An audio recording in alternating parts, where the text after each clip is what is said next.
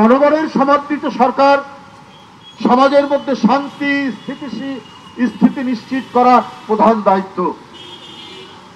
আর সেখানে যদি নারী এবং কন্যারা নিরাপত্তাহীনতায় ভোগে, আমার আপনার সন্তান কন্যা সন্তান স্কুলে গিয়ে সে নিপীড়িত হয়ে ফিরে আসে, এই লজ্জা এই জাতি, এই লজ্জা এই দেশের, এই লজ্জা যারা ৭১-এ শহীদ হয়েছেন, যারা জুলাই বিপ্লবে শহীদ হয়েছেন, যারা গণতান্ত্রিক আন্দোলনে যারা শহীদ হয়েছেন, তাদের সেই শহীদদেরকে অপমান করা। উল্লেখ করেছে যে জানুয়ারি মাসেই কন্যা নির্যাতিত হয়েছেন প্রায় ৮৫ জন, নারী নির্যাতিত হয়েছেন ১২০ জন। এর মধ্যে ধর্ষণের শিকার হয়েছেন ৬৭ জন, হত্যাকাণ্ডের শিকার হয়েছেন ১৪ জন। এ তো ভয়ঙ্কর পরিস্থিতি।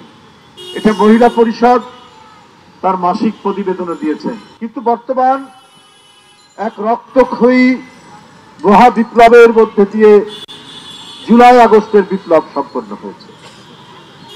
এখন কেন সমাজের মধ্যে অস্থিরতা থাকবে? এখন একটি কথা বেরিয়েছে, আপনারা জানেন। এ ভাই চুপ করেন না আপনারা। মব কালচার, এই মব কালচার তৈরি হলো কেন?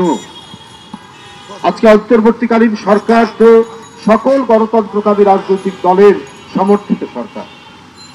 এই মব কালচারে আজকে কত যে সমাজের মধ্যে নিপীড়ন নির্যাতন হচ্ছে তার কোনো ইয়াত্তা নাই।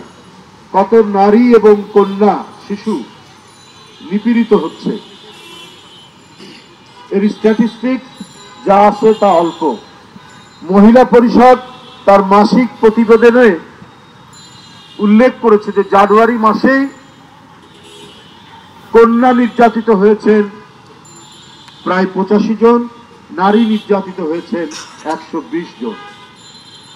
এর মধ্যে ধর্ষণের শিকার হয়েছেন ৬৭ জন, হত্যাকাণ্ডের শিকার হয়েছেন ১৪ জন।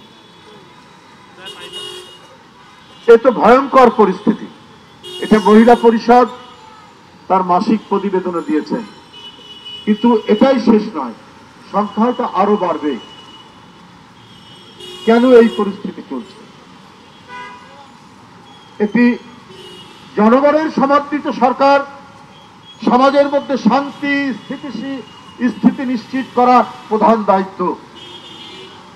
আর সেখানে যদি নারী এবং কন্যারা নিরাপত্তাহীনতায় ভোগে, আমার আপনার সন্তান কন্যা সন্তান স্কুলে গিয়ে সে নিপীড়িত হয়ে ফিরে আসে, এই লজ্জা এই জাতি, এই লজ্জা এই দেশের, এই লজ্জা যারা ৭১-এ শহীদ হয়েছেন, যারা জুলাই বিপ্লবে শহীদ হয়েছেন, যারা গণতান্ত্রিক আন্দোলনে যারা শহীদ হয়েছেন, তাদের সেই শহীদদেরকে অপমান করা।